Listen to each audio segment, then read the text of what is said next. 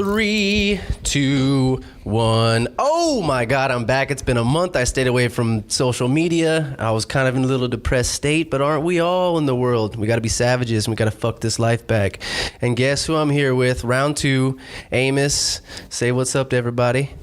What's going on, my people? Back at it for round 2 with my man Shane. And what's the major change I would say since the last podcast is you got Emjayze up and popping now. You got yourself your second business up and popping.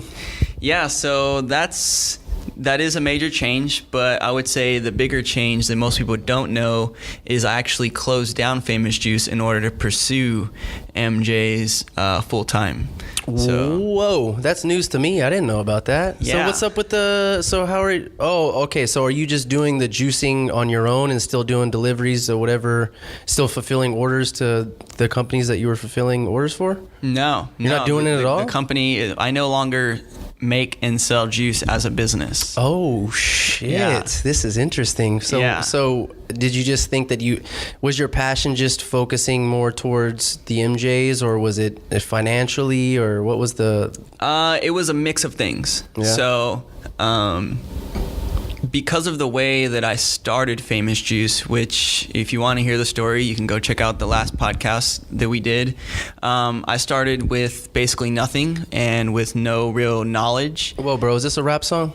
How did Started you know? from the bottom. How did you know? Okay, my bad. Go. But, which is a cool story, Yeah. but at the same time, I didn't know what the fuck I was doing, right? So I made a lot of mistakes, and I missed out on a lot of the business formalities when you start a business, and, which I learned, and I made a lot of those mistakes, and I learned from those mistakes, and basically it got me in a tough spot financially with Famous Juice. And add to that, Emjayze started really popping off and started demanding a lot more of me. And so there was about a month to a month and a half period when I was running both, and I was, starting to vamp up things for Emjayze and trying to turn things around for Famous Juice. And I was just dying of stress. I was just so stressed trying to figure out how am I gonna turn things around for Famous Juice, how am I gonna continue to grow Emjayze. I would try to dedicate one day to today I'm gonna work on Famous Juice and tomorrow I'm gonna work on Emjayze, but while I'm making juice, I'm all in the back of my head, I'm thinking like you're getting behind with the other one. And so the stress was killing me, man. And so I was like, this isn't sustainable. I can't. Plus, my life just got very out of balance. My girlfriend started bitching at me. I wasn't paying attention to her. I hadn't been training like I normally had been training, or eating the way I normally been eating. So my personal life started becoming neglected because I had so much on my plate business-wise. And so started to really think about, what do I really want? Just getting back to this basic question, is this what I really want? I can spend a lot of time and energy and money turning things around for Famous Juice, or I can use that same time, energy, and money to start things correctly from the get-go with Emjayze. And so I thought about bringing on a partner for Famous Juice and giving up a large portion of equity and hiring a CEO to run all that, get our own storefront, which is really a solution to the problem, or I think it is. But ultimately, I started to think to myself, even if that played out, is that what I want? Do I want to be running a storefront, running a juice bar, and trying to grow this? It's still going to be that monkey on your shoulder. Whether you give up some responsibility, it's still going to be in the back of your head. Still there, and it's still going to be stressing me out. And ultimately, I came to the conclusion that I can't handle the stress, nor am I an experienced enough entrepreneur to be running 2 different ventures right now. Yeah. And ultimately, it was a really big reminder that this has always been the plan. I had always planned to get into cannabis business. I came up with the name and the concept of Emjayze when I was 19, before I ever started juicing. It's always been the plan.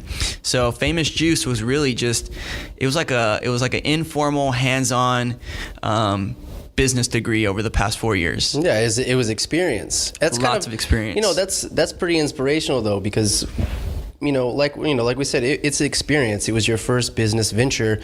You fucked up a bunch, but you learned a bunch. And 100%. being able to make that sort of executive decision, if you hadn't gained that much experience and you had to let something go prior to how long you were doing Famous Juice, it probably would have hurt more. But you gained a lot of knowledge and you did a lot of things. You fucked up a little bit, but that's more of, like you said, like an educational thing. And I think more than anything, like, you got your name out there. Everyone fucks up. What was it? What's his name? Who invented the light bulb?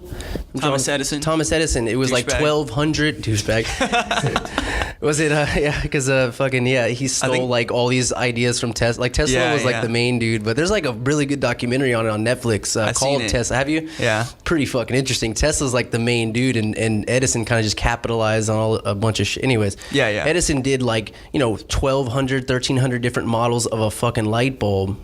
And imagine fucking up that many times and that not fucking with your head, Yeah. So it's pretty, I think it's a good lesson to hear for, anybody that listens to this, that, not to be afraid of letting something go, because it's not your identity. You started it and you pushed it pretty fucking far. You got a big following off of it, and then to let it go is sort of like is sort of laying the ego aside and being a little selfless about it and making the choice. And like I said, you analyzed it pretty intelligently. Do I need this stress? What would make my life better? What do I really want?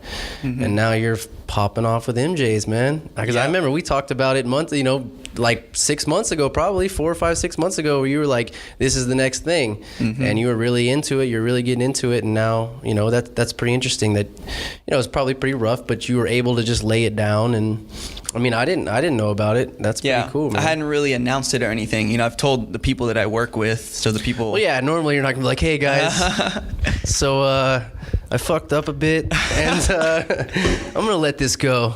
But that's pretty interesting, man. It is, and it was super rough for a while, and it was really difficult coming to that decision. And it felt like when I did come to the decision, like, this is what I'm gonna do, it felt like I was going through a breakup. Like, it was the weirdest feeling. Like, it was just super weird because I poured my whole life into this for the past 4 years, and now it's not what I'm doing anymore. Well, if you think about it, it's like you're kind of flipping a switch. Like, your mind's kind of turned on and engaged and activated in this lane to produce or achieve some kind of goal. And then if you just end it, it's kind of strange, because you're flipping that switch off. Mm-hmm. Where you were super activated and engaged in that endeavor for a long time. And that's what you can attribute that to a lot of people, like former pro athletes and shit. It's like, what are they good at? This is the way that their brain and their body's been activated and functioned for so long in their life, and then they turn that off and they don't know where to go. Yep. But you had another passion, so I mean, look at that's a glass half full situation, right? For sure. And that's really what enabled me to drop Famous Juice and not just be completely depressed about it. Because it was like, I felt like a fucking failure, when I decided that I was gonna stop pursuing Famous Juice and stop trying to turn it around. Initially it just feels like, damn, dude, like I failed. But then I reminded myself of different people like Thomas Edison, like other successful entrepreneurs like Elon Musk, like other athletes, and like it's almost everybody's journey has something like this, where the experience was never supposed to be the end all be all. It was just lessons to prepare you for the next thing. And so when I was able to kind of realize that and accept that, then that's when I had a lot more just ease of the stress and overall anxiety of it all, and just didn't feel so much like a failure. And especially when I reminded myself, like, dude, I've learned so much that I feel so much more confident going into this next venture now because of all the mistakes that I made and the lessons I learned from those mistakes. Yeah.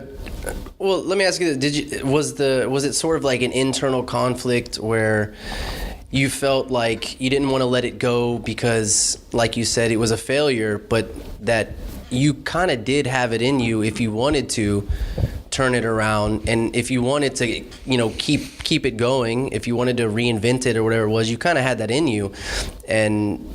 But it's strange because your brain will sometimes, most of the time, will go towards the famine mentality, like, oh, oh, this is going away. We can't let it go away. And so you have this kind of internal conflict, this internal battle that will almost, where your consciousness and your soul are fighting for these two different sides. You know what I mean? And you don't want to let it go because your ego is identifying with it as you, but on a more cerebral, intellectual level, you can still kind of articulate the fact that, no, I think I do need to let this go. You know what I mean? That's a hard thing to detach yourself away from a lot of the times. You know what I mean?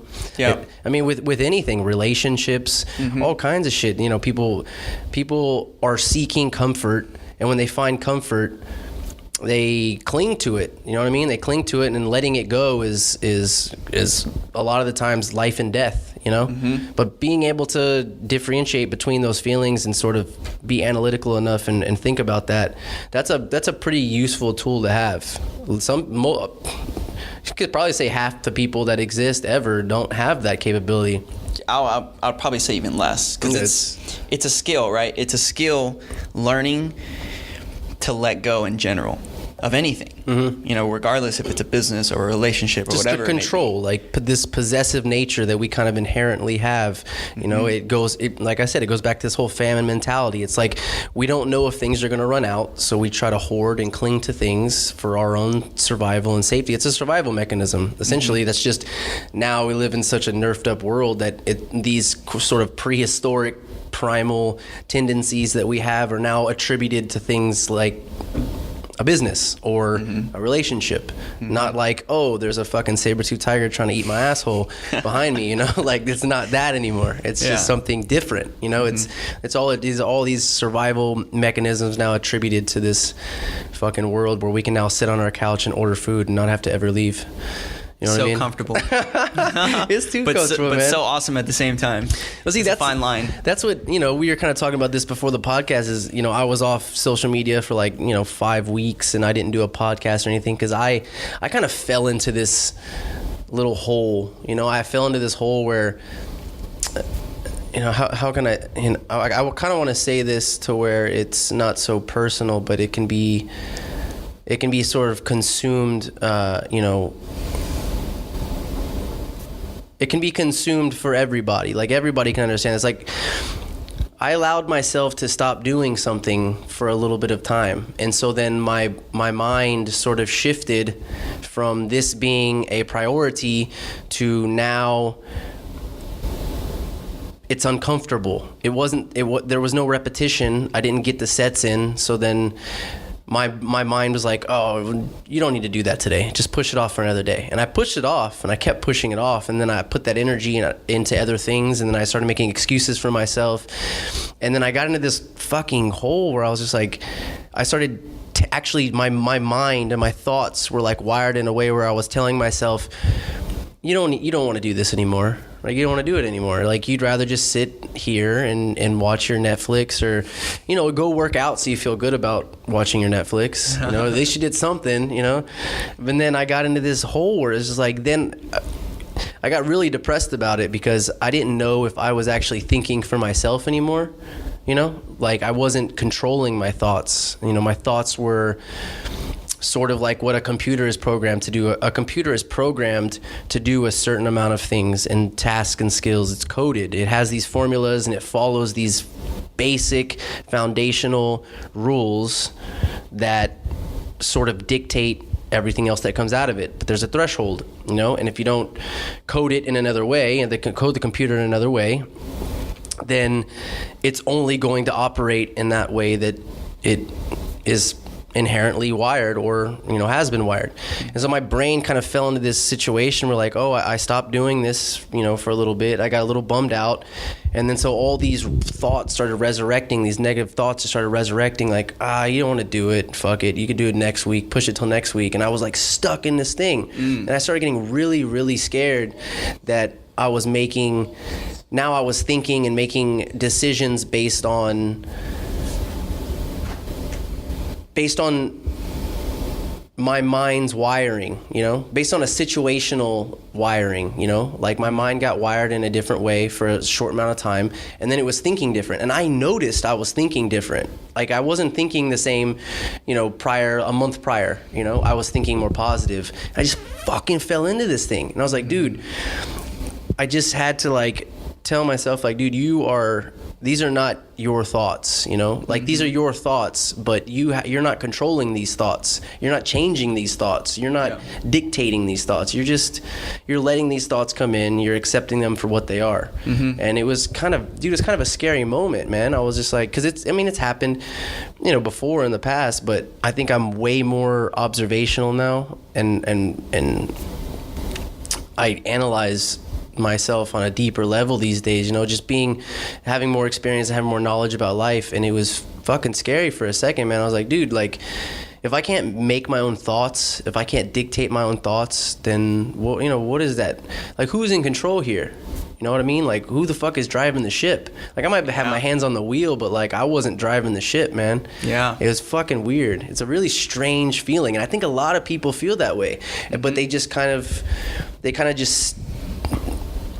they just accept it, you know. They accept that this, you know, I'm just not that person. I'm not the person that's, you know, dunking 10-foot fucking basketballs, you know, or I'm not the person that's, you know, this intelligent human being that can invent the next whatever. Like, people get stuck in that, and then they just accept it, and they're like, oh, that's not my place in the world. And it's like, if you read anything, you realize that every fucking person feels this way. Whether you're Elon Musk, whether you're Michael Jordan, every fucking person has this savage demon in their head that is literally just trying to, you know, that is literally, if not watched or controlled, it's going to take over. Yeah. And it's a real weird thing. It's like, it's kind of overwhelming at first when you realize, like, oh, this is a battle for life. Always and forever, it's a battle. And if the second you leave your guard down, that enemy's like right there, man. And it's always going to be there. Yeah. And you can get really worked up and scared about the fact that you know, that fucking demon is always there. No matter if you're a millionaire, successful, everything's going fine, that demon's always there. It's always going to creep on you. Definitely. It's very weird. It is weird. And it's your own mind that's unconsciously sort of fabricating a reality without your consent. Mm-hmm. You know what I mean? Yep. Yeah, it's the craziest thing, bro, the power of the subconscious. But like you just mentioned, I was going to say everybody goes through that. Like what you were just saying, that kind of, that slump you went through, that programming that you went through. You went through a set of programming that was, you know, more or less negative, not what's ideal for you. And one of my favorite quotes from a motivational, inspirational speaker named Les Brown, he says, if you don't program your mind will be programmed for you. Yeah. And so a lot of times society has that influence, you know, whether it's through television, music, just, you know, just hearing the chatter of the news or whatever it may be, people start to think a certain way. And usually it's not very positive. It's not very empowering. And so it's up to us, like we have a duty to ourselves to take control and program ourselves. And that means, you know, listening to positive podcast, or maybe listening to motivational speakers like Les Brown, or just trying to limit the degrading mind chatter that goes on, because we all have this voice when we wake up, right? We all have dreams and goals. Like I had a dream and a vision of building Emjayze, but there was always this voice in the back of my head that was like, who the fuck are you to be able to do this? Like, you don't know shit about the hemp industry. You don't know, you know, there's that negative voice that's just constantly tearing you down and criticizing you. And a few years back, when I was going through my transformation with juicing and stuff, I realized that, you know what if I could train that voice to build me up and be my biggest cheerleader instead of being my biggest criticizer? Like, what would that do for me? What would that do for my life? And it's done amazing things, not only for my mental health, but, you know, it transfers over to every part of my life, whether it's business or in my relationships. And so for me, anytime I start to get those thoughts creeping in, because like you said, it's a never-ending battle. Like it's not like, okay, cool, I'm positive now and I'll forever be positive. Yeah. It's not like once you're like, okay, I'm gonna be a happy person, that you're just fucking happy. It doesn't. Shit happens, right? Yeah. There's shit we can't predict. There's thoughts that just come into your mind that's just like degrading thoughts, and we have to just diminish them as much as we can, and just build yourself up with, there's the whole positive affirmation, I guess, like, movement, which can get kind of like woo woo, like kind of weird spiritual shit, but all in all, it's a very practical tool you can use. Really all it is just a self-talk. You're just pepping yourself up. Like, I was talking to my girlfriend the other day, like, when was the last time you told yourself that you were a badass? Like, just straight up, just like, I'm a fucking badass. Like, just tell yourself that and believe that. And I think not enough people give themselves a positive pep talk often enough, if ever.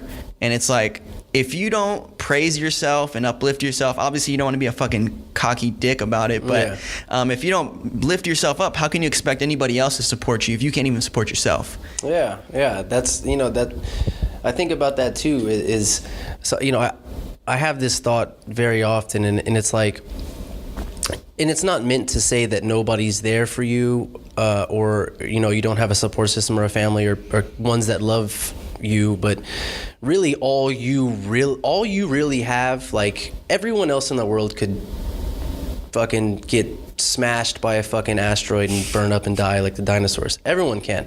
And then you could just be the one guy living. Just on a daily basis, if you think about it, all you really have, and in terms of like a possession, is just you.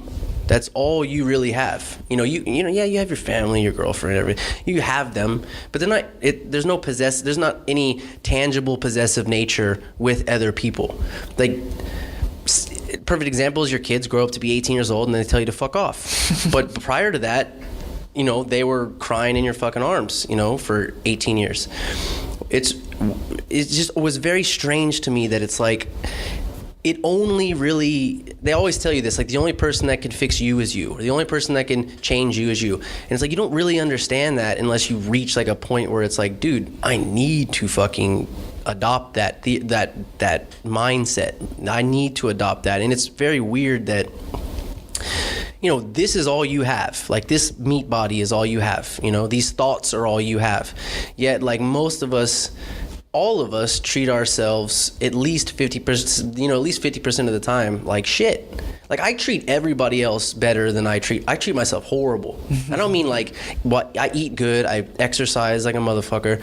I just mean like, I was more, and still, these days, like, I don't treat myself very good, like, and I didn't treat, and like other, like, I would never tell y'all the thoughts that I tell myself. Like, I would if I said that to y'all, I'd be like, what the fuck? Who is this guy? This guy's an asshole. Y'all probably sit here and smash me over the head with a chair. I tell myself horrible things, and it's not just like I wake up in the morning and I'm like, look in the mirror and I'm like, you're a piece of shit, Shane. Like, it's not that. Like, it's like, it just happens. Like, just my brain just like, like, starts picking out all these things, like, oh, you didn't fucking do this right, or you look like shit, or whatever. It doesn't, like, it just happens, you know what I mean? And it's very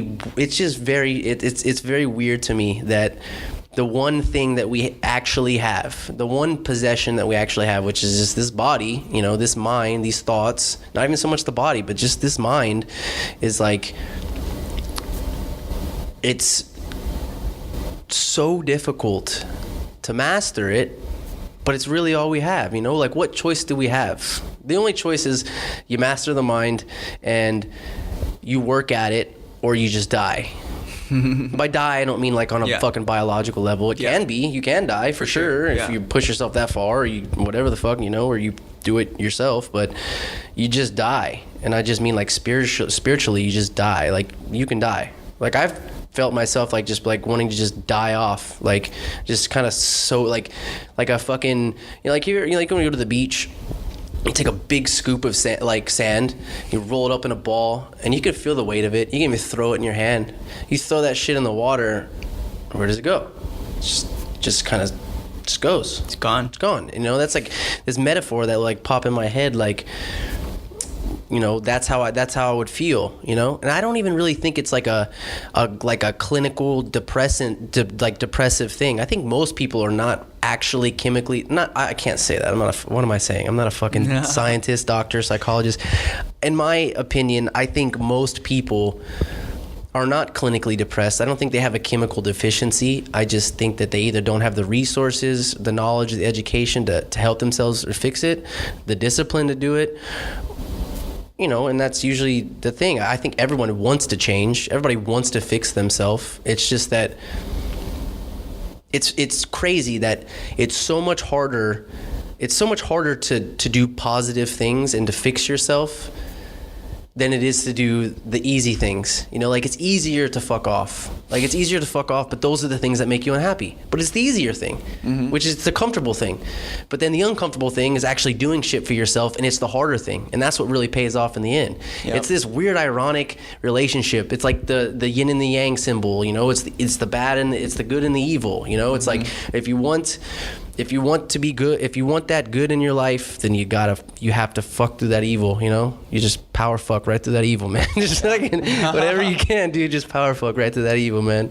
It's the road less traveled. Yeah, it is, man. And it's you know, and I go off on these little tangents about this shit, and you know, it's just, you know, I do talk to certain people about this, you know, that have like issues about these things, and it helps out a lot with people, you know, because expressing yourself in these ways is super difficult, you know. It's really difficult, especially, you know, you walk into the gym and everyone's just like pumping weights and just like, yes, and I'm just like, god damn, stop fucking grunting, dude. Do you really need to grunt? Like everyone's grunting. I'm like, dude, just stop fucking grunting. I don't understand why, like the guys that are just grunting all the time, which that's cool if that's your thing and pumps you up, then that's fine, but I've never lifted enough weight where I had to grunt like that, you know. I breathe heavy. It gives you 12% more strength. You didn't know? I just roar like a dinosaur the next time. Every time just roar like a maniac. It's The Masks of Masculinity. Have you heard of that book? It's by Lewis Howes. He has one of the best podcasts called The School of Greatness, but he wrote a book called The Mask of Masculinity. I should probably check that out. Check it out, bro. It is phenomenal. But it's kind of that concept of like, he basically goes into how there's 7 different masks that we as men wear to basically hide our sensitive, feminine tendencies, which prevents us from expressing how we really feel as men. Our authentic self, exactly. And so there's like the sexual mask where you mask yourself with like all the bitches that you fuck all the time and that's all you talk about. There's the money mask where you're always just buying shit and flaunting your watch and your car and all this. There's the sports mask where either you're really good at sports, or if your glory days are done and gone, then you know everything about, you know, the statistics and the teams and the sports and all that shit. But all of those are examples of the mask he goes into.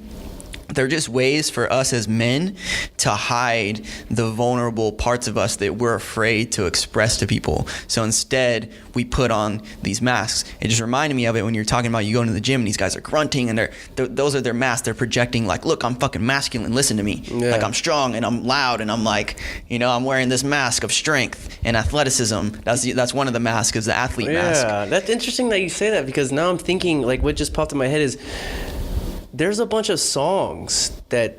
Do you know the band Interpol? I don't think so. Okay, it's one of my favorite bands. It's actually the first concert I ever took my daughter to, which was check them out.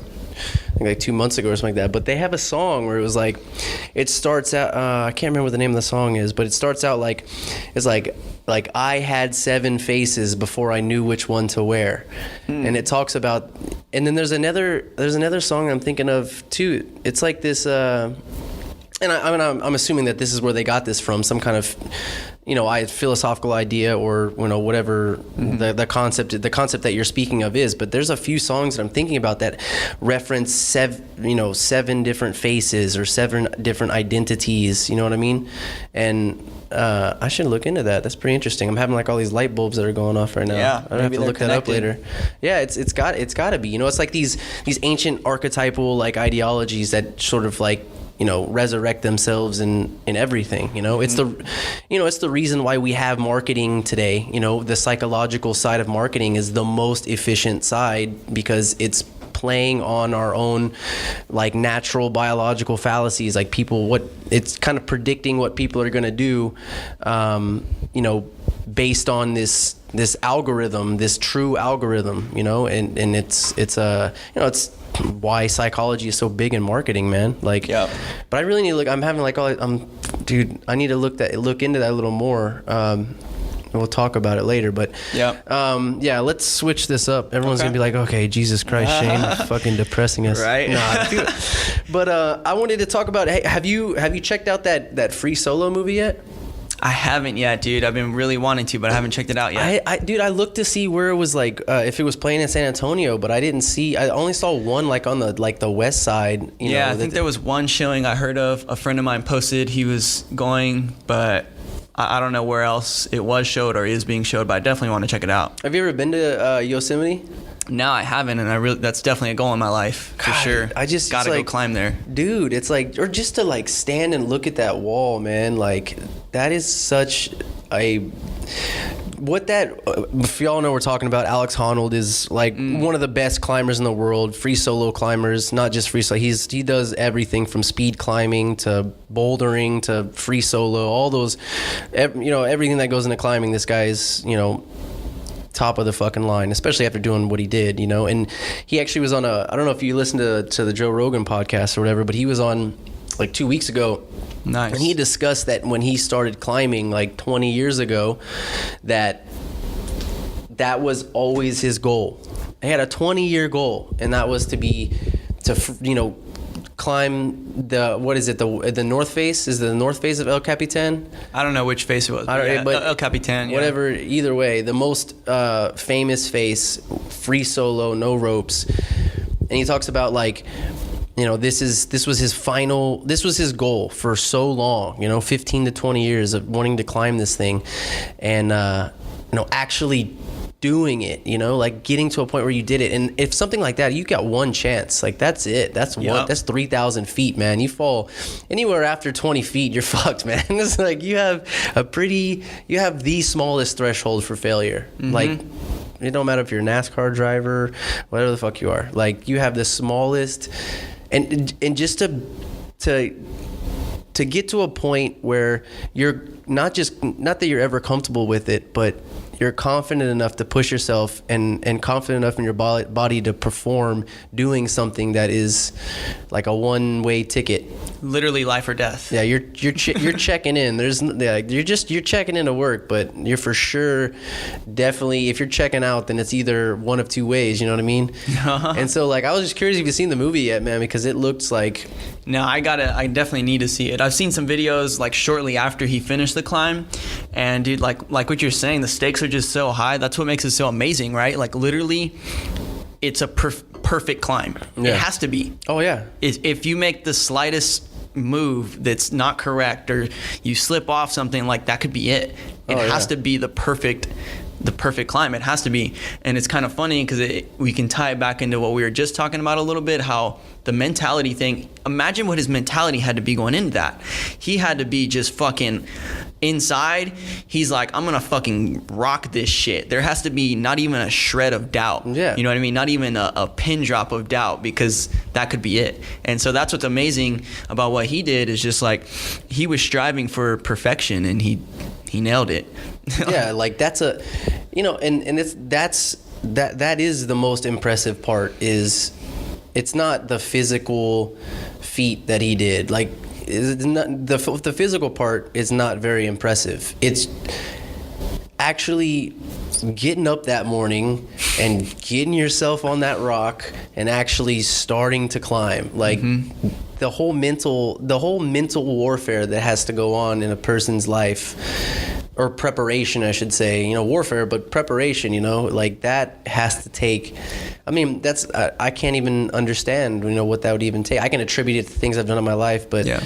I never clocked into a one-way ticket, not like that. Yeah. Never like that, man. Yeah, it's pretty interesting. I was actually, right before I came here, I was at a coffee shop, and I was on my laptop, and on my laptop I have the Ninja Warrior sticker, and this guy, he asked me about it, and he kind of asked me like what was one of the biggest lessons I learned by competing on Ninja Warrior, and I was explaining to him basically that concept of what you just said. I was telling him, like, as intense as the obstacles are, like the challenge isn't so much the obstacles as much as it is the mental challenge of performing under these conditions at 3 a.m. under all the lights and the camera and the crowd, and what's basically a stage, not so much an obstacle course. Yeah. And so like that part is what I learned is the real challenge. And so it's just like what you just said. Or just like developing kind of that like symbiotic relationship between the mind and the body. So you're not being hindered by one or the other. They're just kind of operating in this smooth, flowy state, and that's the only thing it takes. That's just all muscle memory. That's just, that's training the mind. It's just pretty intense, man. Are you going to try out for it? Are you going for it? Oh, for sure, bro. Yeah, they just opened up when is it? Like January or something? So this season 11's applications deadline is January 2nd. And then from there, they'll start making some calls to the people who they want to be on. And what do you do? Do you send in like a video app thing or something like that? Yeah, so you just go to their website. Anybody can apply. You can apply. You just fill out their application, and then you send in a 2-minute video as part of that application, and then they either call you or they don't.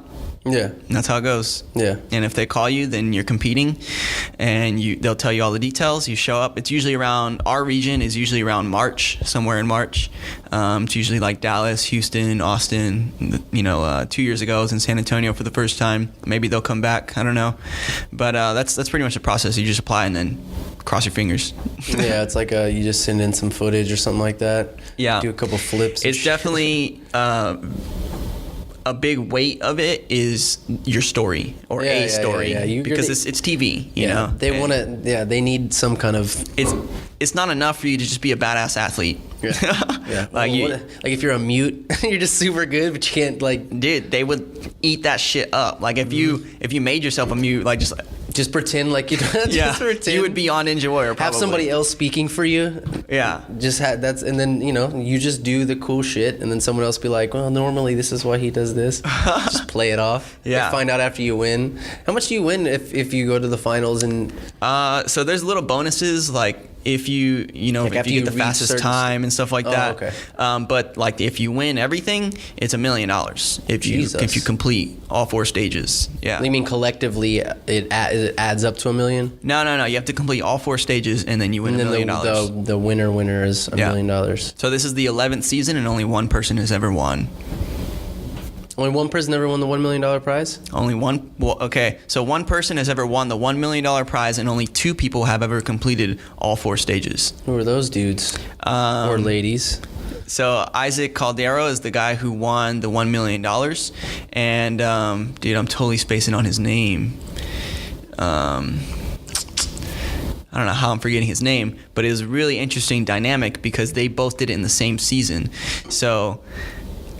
Fuck, dude, I'm forgetting. Did he just do it earlier on in the competition? Bro, it's crazy. So they both made it to stage 4. So when you go to finals, so I'll just give you the quick rundown.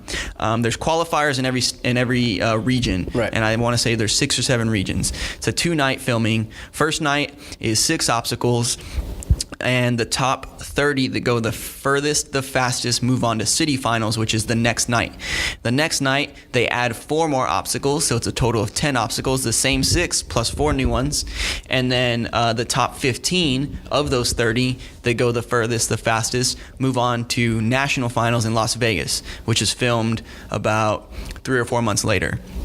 And in finals in Vegas, there's 4 stages. So you have stage 1, 2, 3, and 4. Each one gets progressively a lot more difficult, more so on the upper body strength and grip strength, endurance primarily. So like stage 3, there's a point where there's like 3 obstacles back to back to back where you don't come down like to your feet at all. It's just all upper body like endurance. Yeah. And in following stage 3, I don't know exactly the time period, but I want to say you have like a 10 or 15 minute break, and then you got to climb a 100-foot rope within 30 seconds. And if you do that, you win the $1 million. 100-foot rope in 30 seconds. Yeah. It's wild, bro. So you got to speed climb this rope and don't slow down and don't fuck up. It's just you just got to find your flow and find your groove in it. But basically in that season, I want to say it was season 7, man, I don't know how I'm forgetting his name, but he completed all 4 stages first, and it was like the first time in history that there was anybody Sounds who like completed. a bad motherfucker. Oh yeah, for sure. It's the first time in history anybody completed all 4 stages, so everybody was hyped. There was one other guy who had also completed stage 3, and it was Isaac, and he came in behind him. And he finished the rope climb. I don't remember exactly the numbers, but it was something like 3 or 4 seconds faster than him.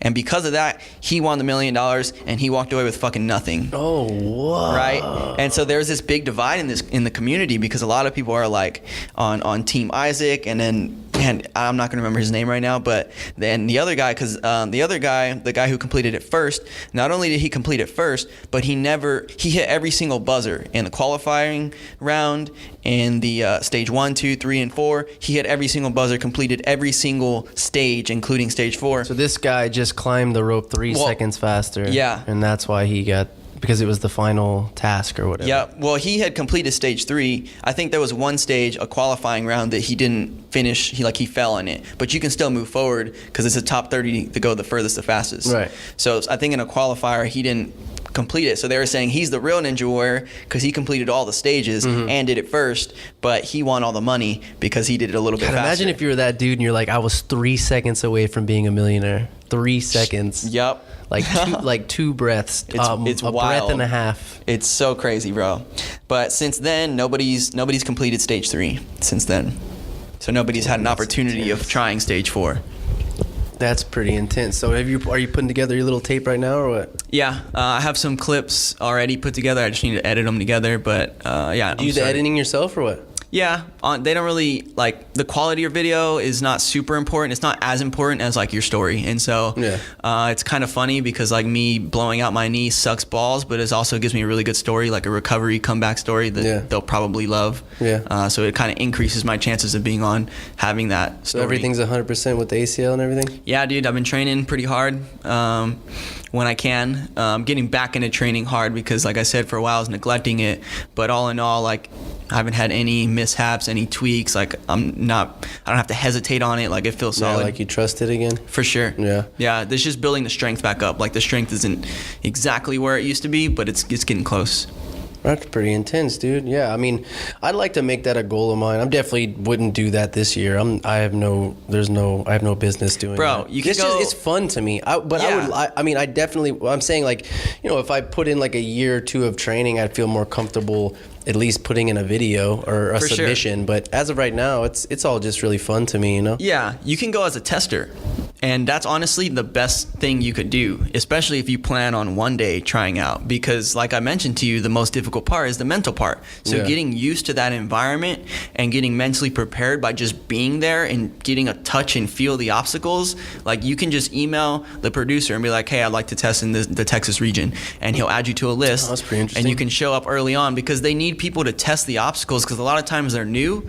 And every single stage and every single city every single year is different. There's never the same like obstacle course. And there might be some of the same obstacles, but they're in a different order and there's a new one in there, or they change it up just a little bit. And so they have to see if the course is too easy or too hard. So they have a group of testers just running through, because if it's too easy, they're gonna have a bunch of people just running through and it's no fun. If it's too hard and they have everybody failing on stage or on the second or third obstacle and nobody gets to the end, then that's not good for TV either. Yeah, they need those human trials. That's the way to figure it out. So they got to find what's the middle ground where it's not too hard, not too easy, where we get a good amount of finishers but not too many finishers. So they have a bunch of testers. So I've been a tester after I competed in season 9. I tested in Vegas in finals, and I tested in Dallas earlier this year. I didn't get to actually test this year because my knee, I was still going through rehab.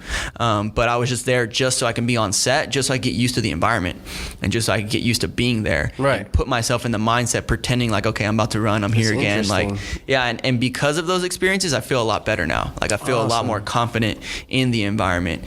Because otherwise, it's your first time ever being on, you know, the metaphorical, the big stage, and it gets to your mind. You're just like, oh fuck, like this is fucking big, like this is a big deal. But when you spend more time there, and you make it less of a big deal, then the stakes don't feel as high, and then you take the pressure off of yourself, because that's what happens. You just start to put a bunch of pressure on yourself, and then you make bullshit mistakes. Yeah, dude, that's interesting. I'll look into that because it'd probably be somewhere close, like Dallas or something like that, right? Oh yeah, it's always it'll be nearby. Check that out. I'll look into that. I didn't know about that. Hey, I wanted to ask you too. You were in like California pretty recent, right? Like 2 or 3 months ago. Yeah. I went twice this year. But recently I was in LA with Juice Bot. Yeah, that's what I seen you put up a post about Boochcraft, which is higher alcoholic kombuchas. Oh yeah, we were drinking on that. Yeah. Was that your first experience with? Yeah, it was. Yeah. Do you remember what the alcohol percentage was on that Booch? It wasn't like 6%, right? Yeah, 5 or 6, something like that. Yeah, I'm asking because I've been doing a lot of research into that. I've actually for the last 2 months I've been brewing my own kombucha. I've done 2 different kombucha beers. Nice. And on what's the day? Tomorrow I'm going to be doing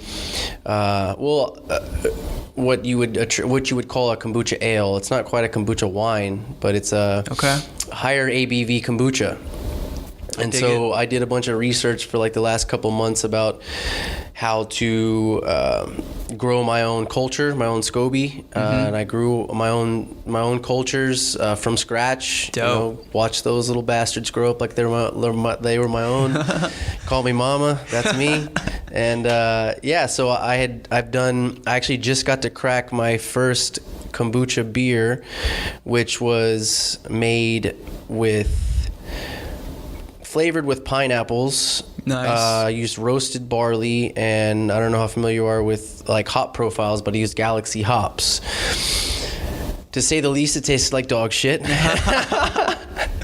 Tasted horrible. Not horrible. I'm gonna drink it because I made that shit. So yeah. I'm not gonna fucking man up and drink that shit. Hell yeah. But it's an experimentation. So this is something that like with what you've started, this is something that I just I got into the last couple of months, and I've been doing, sort of seeing like an opportunity in the market of where I can take this, because I drink kombuchas a lot. I eat a lot of fermented foods. I know I'm big into like healthy gut biome, so I drink probably a kombucha every day. I drank one just for this podcast. Hell yeah. And I do also drink. And so like I had, this, and other people have had this thought too, there's Unity Vibrations, which is probably the most renowned and established kombucha beer maker. But other than that, you you go far ends of the country, and it's really big in California, and it's really big on the East Coast, but it's not everywhere else in Middle America. There's no market for it, really. Yeah. Whatever kind of distribution 1 or 2 companies get down here is what you get, and it's kind of hard to find them. So this is kind of a corner of the market that I've been looking into, and it's also something that I wanted to take advantage of, for not only maybe some day turning it into a business, but just for myself, a healthier alternative to drinking. And I think, and you've probably seen it too, I've posted on my Instagram before about making mixed drinks with kombucha, like vodka and like some flavored kombucha as like a healthy alternative to drinking. And so I got the first beer that I got it up to, which I just cracked the other day. I had it up. It was 5% after the first fermentation, which is pretty interesting.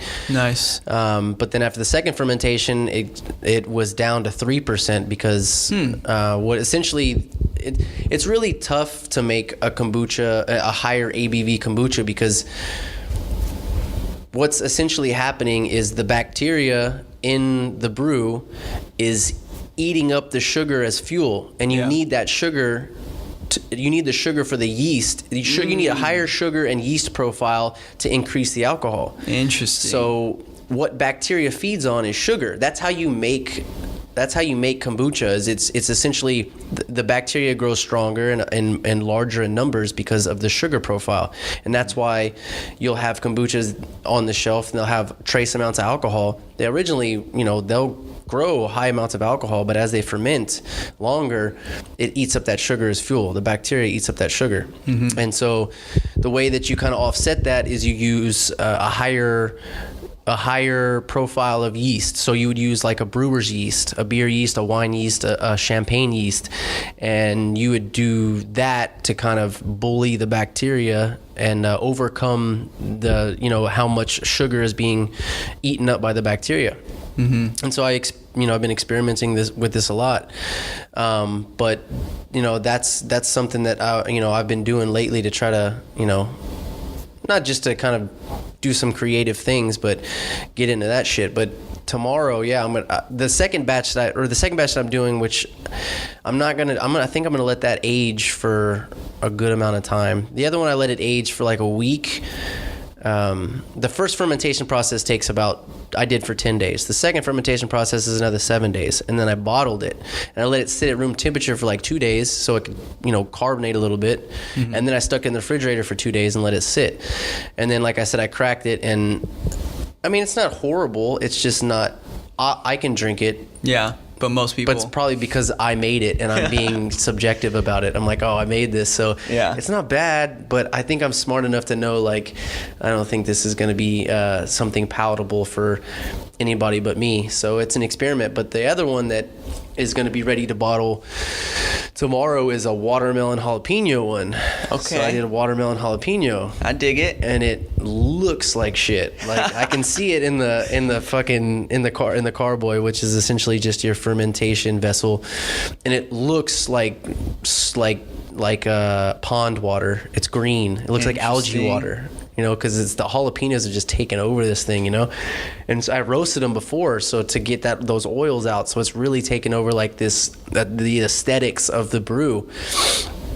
But I think I'm just gonna I'm gonna lay that one down a little bit and let it ferment and age for a while, But really, where I think I'm gonna take this and try to focus it more on is doing the kombucha ale, which is not adding in the barley, because when you add in like the barley and the other grains and stuff like that, you're really fucking with flavor, because those like if you've ever soaked like grains before, which soaking, essentially what you're doing is you're heating up grains in water and keeping them in a range of like 150 to 160 degrees for an hour, and that's what soaking a grain is. You're doing that, and you're activating the sugars in the grains, and it changes the flavor profile a lot. If you take a grain and have you ever drinking like a porter or a stout, like a beer? Okay, well sure. It's got this darker complexion, right? Yeah. And then it's really got this malty, roasty taste, most of them, Yeah. And if you add that with some kind of like fruity flavor profile, it doesn't really work out. And kombucha in itself is a sweet beverage. Even if you get the unflavored GTS kombuchas, there's a sweet flavor. It's fucking sugar tea. Yeah, that's what it is. It's sugar tea, and you add in all these grains, it just really like changes the flavor profile, and it's very strange. But I wanted to ask you about I guess what you thought about that.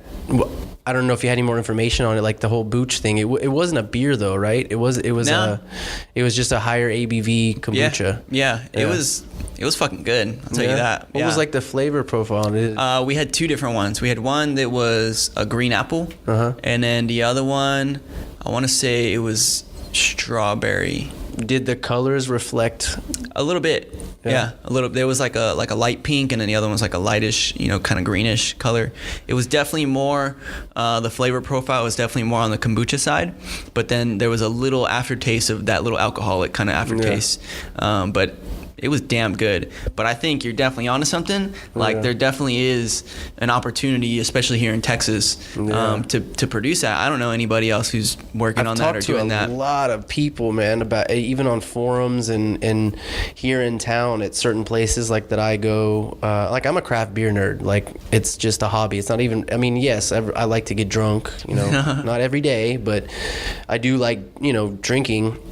But I read about like beer and brewing beers, like craft beer. Like I brew beers. I mean, it's just something that it's like a hobby, and just drinking craft beer is like, it's just a hobby. I read about it. I like it. I enjoy it, And so I was thinking, it's like, dude, there's so many, like the beer market, especially craft beer now I don't want to say it's overly saturated. It's not. It's never going to be overly saturated. Saturated.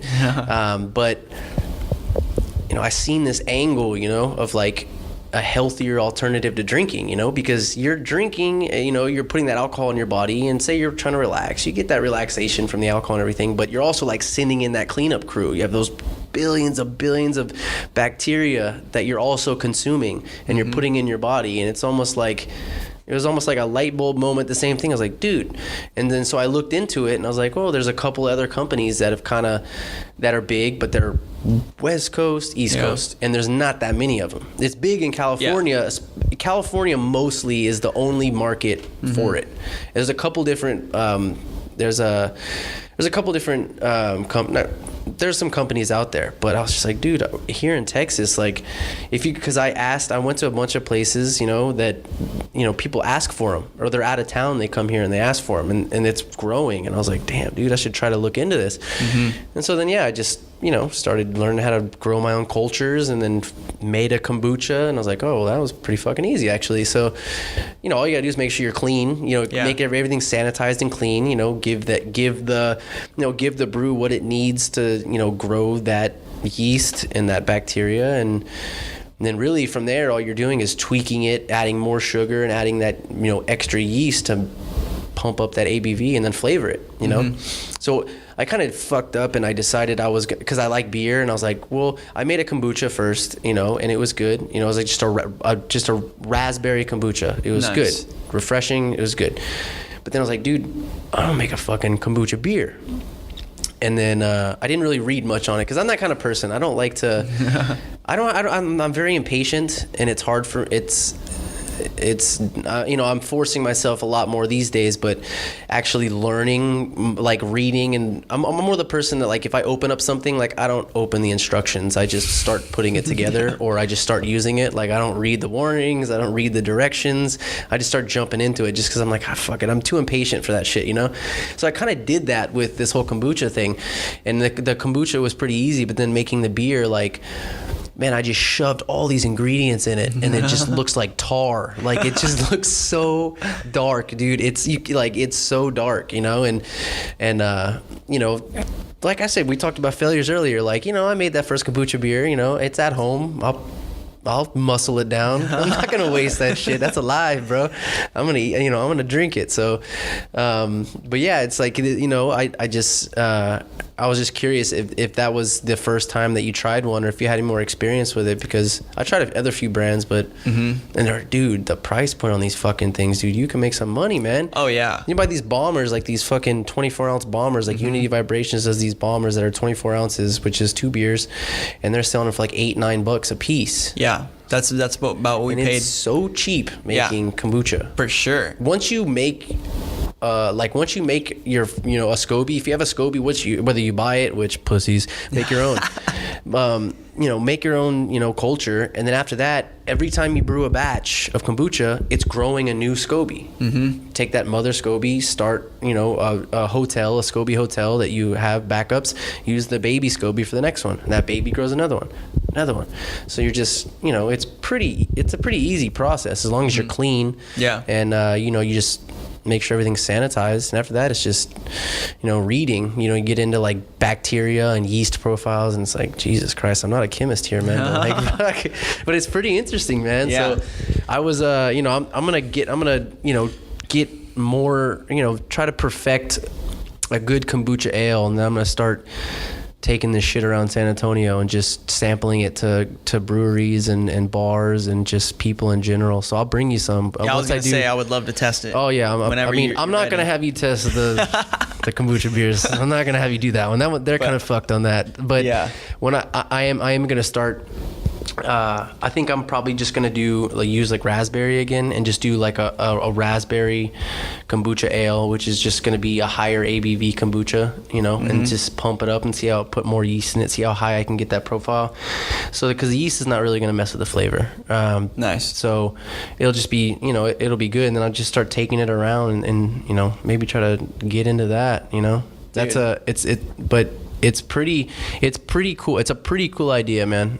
I agree. If you're gonna drink, it's like, why not do it in the healthiest way possible? For sure. And there's a demographic like that appeals to the demographic that is me as a consumer. Like people who live a healthy lifestyle, but still every once in a while want to get down, you know? Exactly. Like I still like to drink too. You know, I like to smoke my herb, but I also like to drink too. And if I'm going to drink, if I have the option of getting something that I know is healthier for me, I'm definitely going to buy it, even if it's a little bit pricier.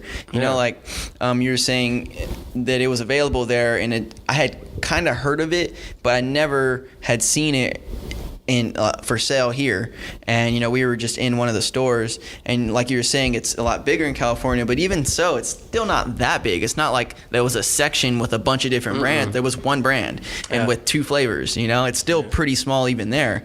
But I was telling the guy Steven that I was with, I was like, yo, this is dope, like this is alcoholic kombucha. And he's like, yeah. He's like, we should get some. I was like, hell yeah, we should get some. And yeah, I think it's a really good opportunity. And I was going to say, if you haven't, I can connect you with Kevin from Element Kombucha.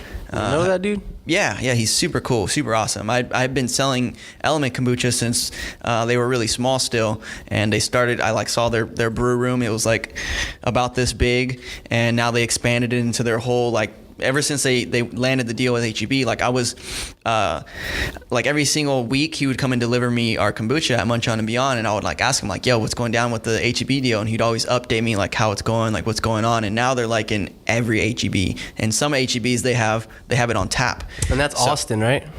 No, they're here in San Antonio. Okay. I thought he was from Austin, but because he goes to the Pearl markets, right? Yeah, they're at the Pearl. But he'd be a good person just to learn about scaling the operation, turning it into a business. Because like what you're doing, you're in the R&D. You know, you're kind of developing your recipes. You're kind of developing how to do it. But there'll come a point, I'm sure, when someone's going to be like, yo, we want to carry this. And you're going to be like, okay.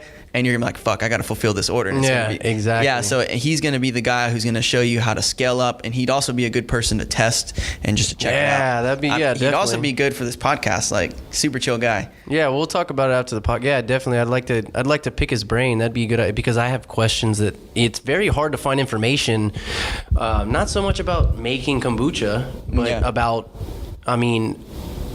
trying to make a kombucha ale or a kombucha wine or a kombucha beer, you know, because people have like these sort of like these negative stigmas about the fact that there's alcohol in it. Even you go and buy an Element kombucha, they're going to have trace amounts under 0.05%, but you know, they're going to have these trace amounts of alcohol. And there's all these questions online that you always find, like, is there alcohol in kombucha? You know, well, there's alcohol in fucking sauerkraut. There's alcohol in all kinds, and kimchi. It's fermented. Alcohol. It's fermented, right? Yeah. It's just a natural chemical process. So, I definitely like to pick his brain about that, because it's hard to, you know, because most of the information you're getting at that point are in forums, which are people that are not technically qualified to be making the claims that they're making, you know. They're and they're in the right place, you know. They're probably doing it because they want to help other people who are also on this journey trying to do something, but you kind of just have to take it with a grain of salt, because for sure, and because there's no way, or it's kind of difficult to prove or disprove what they're saying. You just it's such an experimental process. It's really early in its stage. Like, people are doing, you know, fermented foods and beverages for fucking thousands of years, but it's only been the last like 20 years that they've been in stores, you know. For sure. Really, with GTS like cranking that shit out and making it like kind of mainstream. But even think about that, like, I didn't hear about kombuchas till like really hear about it till like 5 or 6 years ago. Same. So, and then whenever I heard, first time I drank a kombucha, it was dog. I just, what the fuck? I can't drink this. You know, and that was the first time I ever had it. And then maybe like a couple months later, I drank another one. And then I found out about the health benefits, and that kind of changed my mind. Like, oh, like, you know, it was just wasn't my thing, like, at first. And then I don't want to say I developed the palate for it, but I just gave it another try. And then you learn about the health benefits. It's like, dude, fuck yeah, this is legit. So yeah, man, that's I was curious about what you thought about those drinks, because that's an avenue I'm trying to develop. You know, it's not anywhere close to there, but it's fun. It's definitely fun, and if anything, whether it tastes like shit or not, you're still getting a benefit from it. Facts. So, all right, man. Well, we're gonna wrap this thing up. anything you wanna throw out there? Anything you got coming up? I know you got the Emjayze is pumping hard now. Yeah, we've got if you're interested in trying our joint packs, you can find them around San Antonio at Alamo Botanicals, both of their locations in Stone Oak and New Braunfels. You can find them at Alien Botanicals off of Babcock. You can also find them at their smoke shop called Alien Smoke Shop off of Nacogdoches, kind of near O'Connor Road. And recently we just got into a gas station called Biggs Gas Station off of 281 and Marshall Road. So you can just walk in any of those stores and ask them for an Emjayze Hemp pack, and you can try out our hemp joints.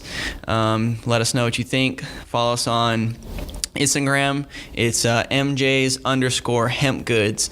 It's spelled EMJAYZE. So it's a little play on words. Other than that, just thanks for reaching out, brother. Keep doing what you're doing. I always love listening to the podcast whenever I get a chance. Hell yeah, podcast is back. Sorry guys, but I'm back. Maybe have a little Element Kombucha podcast coming up soon. We'll see if we can work on that. But that's it. I'll put this out on Monday. So thanks to everybody. I'm talking to you from the past, and you will hear this in the future. Okay, that's it. Bye-bye.